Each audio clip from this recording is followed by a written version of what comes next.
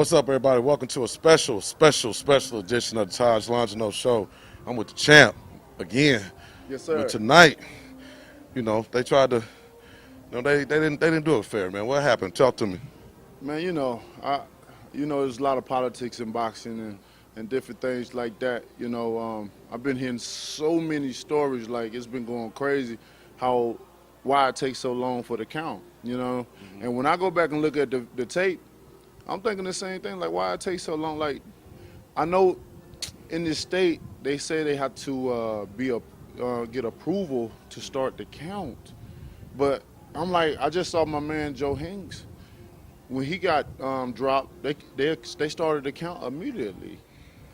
Do you think they didn't want to see Fury get beat and you doing exactly what you said you was going to do? This whole campaign, you've been saying you was going to do exactly what you said you was going to do. When they saw it, they said, we can't do it. We can't let him have the glory. They tried to take the glory from him. Man, I can't really say. You know what I mean? It's so many opinions and stuff like that. I've been hearing so many things tonight. But the thing about it, one thing for sure, the fans won tonight. The people that came and showed support, they definitely won tonight. Just to have the promotion build up like this, and then you have two warriors in there fighting for their family, fighting for their kids, and just fighting out our heart, and to come up, whatever the decision was, it was a great fight.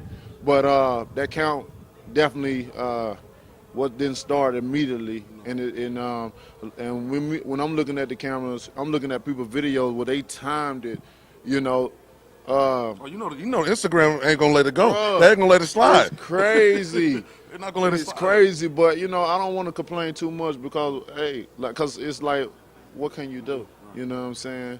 You can't cry over spoiled milk too long. So if you had to judge your performance tonight, what would you give yourself? How would you grade yourself tonight? I think I was shitty tonight if I graded. I don't.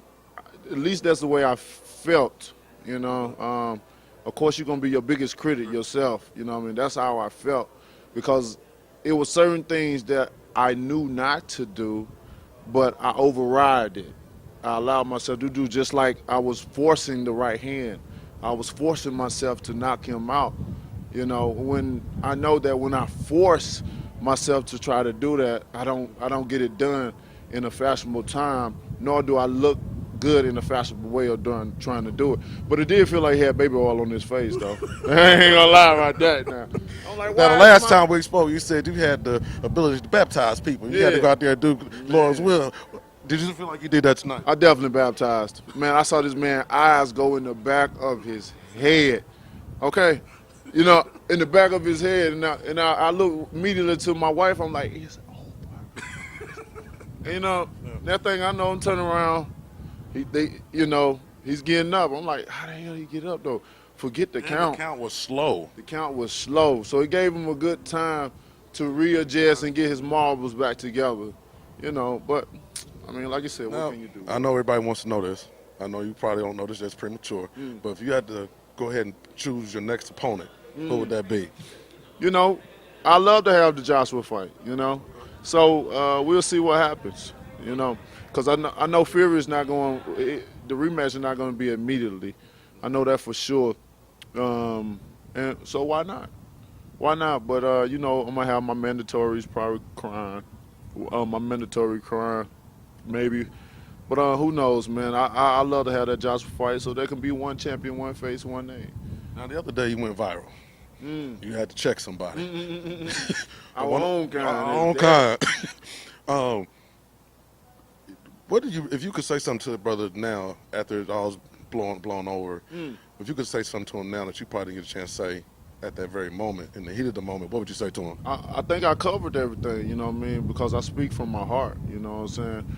And my mouth is just the translator to what my heart is trying to say, So at that point in time, I released that energy that I wanted to put into that, you know what I'm saying? Good thing you didn't baptize him. Yeah, I know, right? I'm like, are you serious? Yeah. And I just started thinking about so many situations that's going on to this day, bro.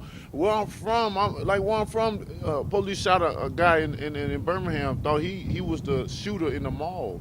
Right. You know what I'm saying? You heard about this? Like, I'm just, I tell people, you know, those that I tell people that it's like it's hard for people to understand because they can't relate.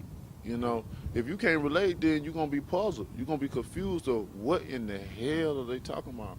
Because you can't stop talking about it. Because if you stop talking about it, it's still going on. Right. It's still going on, and it just comes to that point in time where you just get fed up, bro. And although I live my life like I live it, thank God, I done worked my ass off to get to this position to feed my family. If I could say it like that, I had to use profanity because that's how hard it's been for me. You know what I mean? I've been through my trials and tribulations, and still do. But God is good. And when you see certain things, man, I'm still a real person. I'm not like no one has ever seen. God made me in a unique way, man.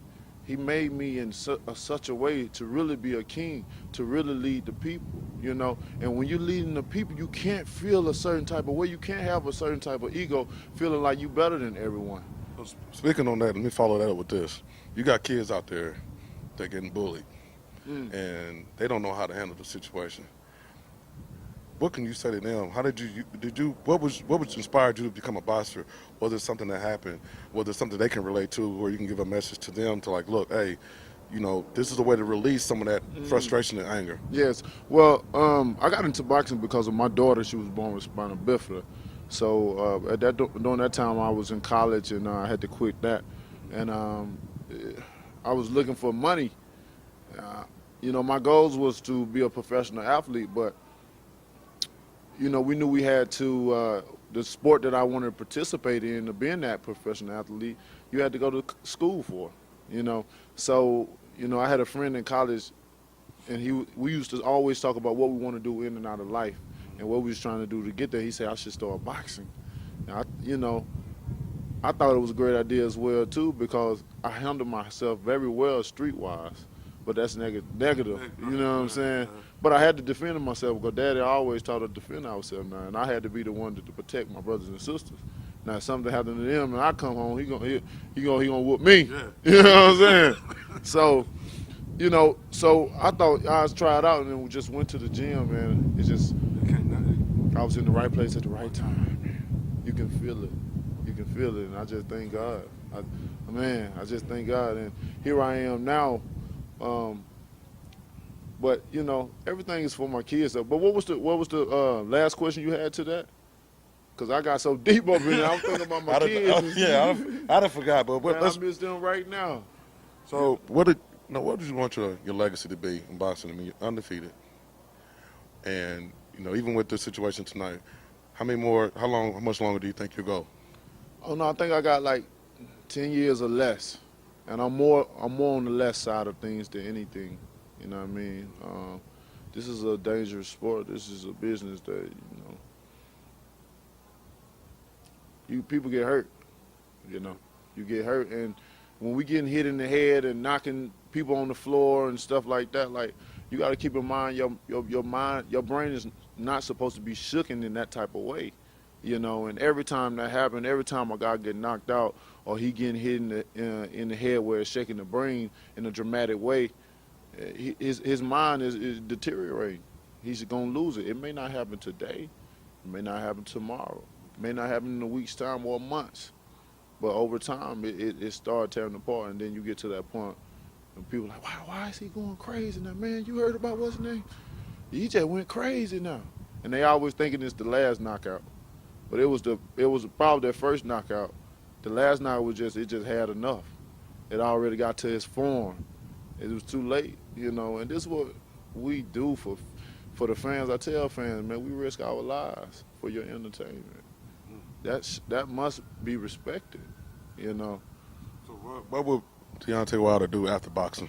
After boxing, I'm going to the movies. Yeah, man, I'm going to the movies, man. I'm going to act like I'm getting hit. That's on the safer side of things. Because you have to think about it, like, acting is long term. Boxing is not. You can act to the life of you. Boxing. What's your favorite movie then? Man, I got so many. Favorite black comedy? Favorite black comedy? Man, I'm let me see. We're gonna know here in a second.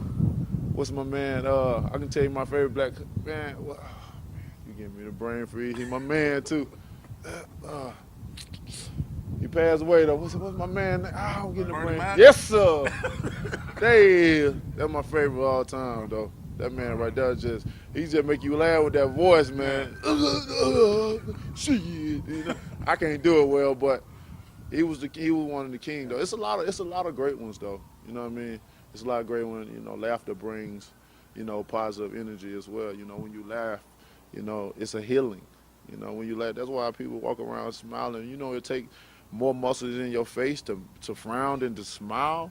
You know, you can heal yourself through laughter, through smiling. Because when you're smiling and laughing, it feels good. You know, when you're mad or you're sad, that don't feel so good. And we feel these things. We feel it. We feel it, and it can make us sick as well too. We can get, you know, being mad and sad and always, you know, in drama and shit like that. Like, that's negative stuff that make you ill. That do something to the body, you know, because your body being stressed, and stress can kill. What message would you have for the fans tonight? Man, for the fans tonight, I'll tell them, you know, thank you for your support, thank you for your time, just, you know, thank you for all the many blessings as well too. You know, I had a lot of blessings coming my way, you know, and it feels good, you know. Thank you for paying attention. And if you paid attention, that means you're listening. And if you're listening, I hope you know, take into what I say. A whole lot of bunch of jewels tonight. Talking to my fans, man. You crazy.